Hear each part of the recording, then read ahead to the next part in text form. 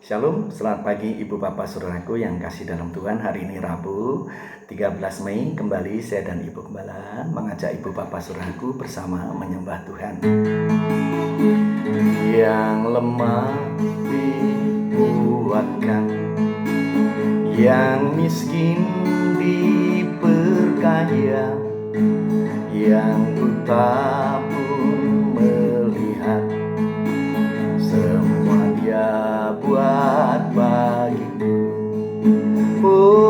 Hosana, Hosana, Yesus mati bagiku. Hosana, Hosana, Dia bangkit bagiku. Dia bangkit bagiku.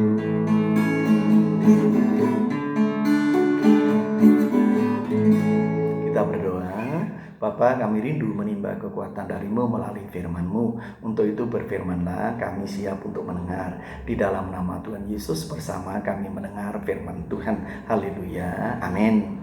Mari Ibu Bapak Saudaraku, kita membuka firman Tuhan bersama dari surat Roma pasal yang ke-15 ayat 1 sampai yang ke-3. Demikian bunyi firman Tuhan, kita yang kuat wajib menanggung kelemahan orang yang tidak kuat. Dan jangan kita mencari kesenangan kita sendiri. Setiap orang di antara kita harus mencari kesenangan sesama kita demi kebaikannya untuk membangunnya. Karena Kristus juga tidak mencari kesenangannya sendiri, tetapi seperti ada tertulis, kata-kata cercaan mereka yang mencerca engkau telah mengenai aku. Ibu Bapak Saudaraku yang kasih dalam Tuhan, Tuhan Yesus menghendaki Ibu Bapak, saya dan Saudara selaku gerejanya untuk bersatu dan menjadi satu, di mana kesulitan, penderitaan, dan pergumulan dihadapi bersama. Demikian juga dengan berkat dan sukacitanya dinikmati bersama-sama pula. Dengan jalan demikian, bukan hanya nama Tuhan dipermuliakan, tetapi Ibu Bapak, saya dan Saudara boleh menikmati hidup sepenuhnya. Pertanyaannya adalah bagaimana caranya? Yang pertama, Ibu Bapak Saudaraku, kesediaan untuk yang kuat menanggung yang lemah. Sebelum kita melanjut Ibu Bapak, saya akan mengajak Ibu Bapak Saudaraku untuk melihat latar belakang penulisan surat ini. Surat ini ditulis oleh Rasul Paulus dari pasal 1 ayat 1 kita tahu di sana. Lalu Ibu Bapak Saudaraku, ketika menuliskan surat ini, Rasul Paulus belum pernah ke Roma, karena jemaat Roma ini bukan jemaat rintisan Rasul Paulus. Tetapi sekalipun demikian, Rasul Paulus mempunyai beban untuk mendewasakan mereka. Karena memang di dalam hati Rasul ini yang ada adalah kerinduan untuk memberitakan Injil kepada siapapun juga. Itulah sebabnya Rasul ini melanjutkan, aku merasa berhutang apabila tidak memberitakan Injil kepada orang Yunani maupun non-Yunani, kepada orang yang terpelajar maupun yang tidak terpelajar. Roma pasal 1 ayat yang ke-14. Lalu Ibu Bapak Saudaraku, dalam hubungannya terhadap bangsanya yang adalah bangsa Israel, Paulus mengatakan, aku rela terkutuk dan terpisah dari Kristus asal bangsaku diselamatkan. Roma pasal 9 ayat yang ke-3. Lalu dalam hubungannya dengan jemaat yang ada di Roma dan juga kepada Ibu Bapak, saya dan Saudara, menjelang penutupan suratnya ini, Rasul Paulus menghendaki supaya Ibu Bapak, saya dan Saudara selaku gerejanya boleh bersatu dan menjadi satu. Caranya adalah yang pertama, kesediaan untuk yang kuat menanggung yang lemah. Yang lemah di sini apa yang dimaksudkan?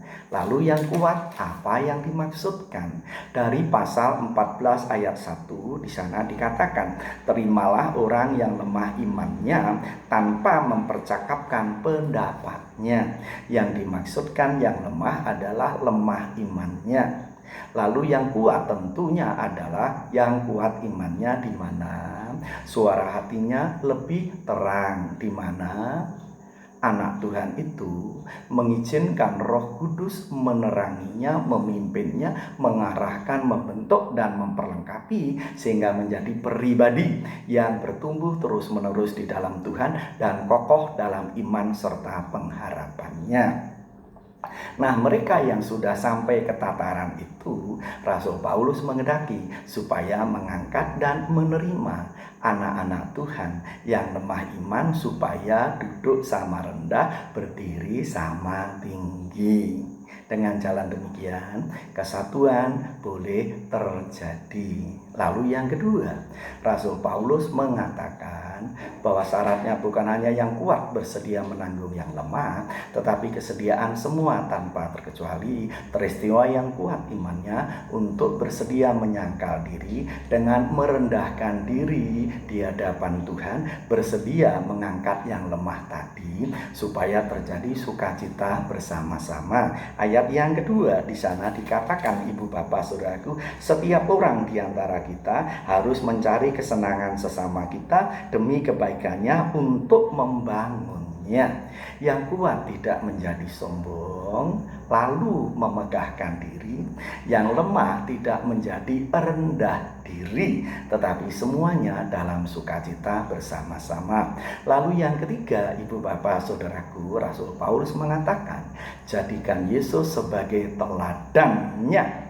Ayat yang ketiga dituliskan demikian, karena Kristus juga tidak mencari kesenangannya sendiri, tetapi seperti tertulis, kata-kata cercaan mereka yang mencerca engkau telah mengenai aku. Ibu Bapak Saudaraku, Rasul Paulus mengatakan Kristus Yesus sebagai teladan yang sempurna, di mana ia tidak mencari kesenangan dirinya sendiri, tetapi malah mengorbankan dirinya supaya jemaatnya, anak-anaknya kedapatan sempurna, yakni bersatu dan menjadi satu. Lalu Paulus sengaja menyodorkan kutipan ayat dari Mazmur pasal 69 ayat yang ke-10 untuk menegaskan bahwa Kristus Yesus tidak mencari kesenangannya sendiri, tetapi telah mengorbankan dirinya bagi terciptanya. Bukan hanya panggilan anak-anak Tuhan selaku gerejanya, tetapi gerejanya boleh bersukacita bersama-sama. Ibu Bapak Saudaraku yang kasih, mari kita masuk dalam penerapan sehari-hari, di mana saat-saat seperti ini kita masih diperhadapkan dengan saat yang sulit, di mana virus COVID-19 ini belum juga terputus mata rantainya. Oleh sebab itu, Ibu Bapak, mari kita bersedia yang kuat menanggung yang lemah. Dalam arti meningkatkan kerjasama, apa yang bisa kita perbuat bersama, sehingga sekali lagi berat sama dipikul, ringan sama dijinjing, berdiri sama tinggi, duduk sama rendah dengan anak-anak Tuhan yang lain. Ibu Bapak Saudaraku, saya sangat-sangat terberkati ketika membaca satu kisah. Dikisahkan seorang ibu pengusaha dari Indonesia sedang liburan ke Australia. Lalu pada sore hari, ibu ini membeli roti di toko roti. Pesanannya semua disiapkan oleh pelayan muda, lalu diberikan kepada ibu pengusaha Indonesia ini. Lalu ibu ini siap untuk membayarnya. Lalu pegawai toko ini berkata, maaf kami tidak menerima bayaran karena roti itu gratis. Lalu ibu ini bertanya, mengapa demikian? Lalu sang pelayan menjawab, kebijaksanaan toko kami, kalau sudah tutup, roti tidak boleh dijual lagi. Semua roti yang tersedia akan dibagikan secara gratis. Apabila masih ada, akan diberikan kepada second shop untuk diberikan kepada yayasan-yayasan atau siapapun juga yang memerlukan. Lalu ibu itu berkata, wow, luar biasa. Lalu terjadilah percakapan lebih lanjut. Lalu datanglah mobil berhenti, keluar suami istri. Suaminya orang Australia asli, istrinya wajahnya orang Asia. Lalu istrinya ini memesan beberapa roti. Sang pelayan ini selalu memberikannya. Lalu ketika mau dibayar, Jawabannya adalah sama, maaf roti ini tidak dijual karena sudah tutup, maka roti ini gratis. Lalu ibu itu menerimanya. Lalu suaminya berkata, jangan sayang, jangan diterima. Kita tidak menerima gratisan. Karena apa? Kita punya uang, kita hidup cukup, dan kita juga punya tabungan. Jangan sampai kita merampas hak mereka yang memerlukan. Lalu kalimat yang terakhir yang membuat saya sangat terkesan, suaminya berkata, bahkan kita harus berbuat banyak supaya orang-orang yang kurang beruntung seperti kita boleh menikmati apa yang menjadi bagian mereka. Ibu bapak saudaraku yang kasih di dalam Tuhan, perhatikanlah, saya tidak mau terima yang gratis karena saya punya uang dan hidup cukup.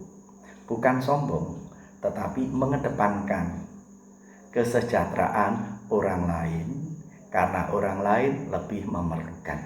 Biarlah ini menginspirasi kita dengan jalan demikian, ibu bapak, yang kuat menanggung yang lemah. Kita lakukan, nama Tuhan dipermuliakan, kita boleh menikmati berkat sepenuhnya. Tuhan Yesus ditinggikan dan diagungkan. Mari kita berdoa. Bapa, kami bersyukur karena Engkau sungguh mengasihi kami. Engkau bukan hanya hadir dalam hidup kami, merawat kami, menjagai kami, melindungi kami, memberkati kami, tetapi sekaligus Engkau terus menuntun langkah kaki kami memasuki hari-hari kami. Oleh sebab itu Bapa, meteraikan firman-Mu dalam hati kami, sehingga kami yang kuat boleh menanggung yang lemah. Dengan jalan demikian nama Tuhan dipermuliakan. Dan kami siap memasuki hari ini dalam berkat dan pimpinan-Mu. Kami serahkan seluruh sidang jemaat-Mu, seluruh aktivitas sepanjang hari ini, baik itu belajar di rumah, bekerja dari rumah, beribadah di rumah, semua diberkati oleh Tuhan. Demikian juga bagi anak-anak-Mu yang masih bekerja di luar, juga Tuhan memberkati. Kami satukan hati berdoa untuk anak-anak-Mu yang sakit ya Bapa.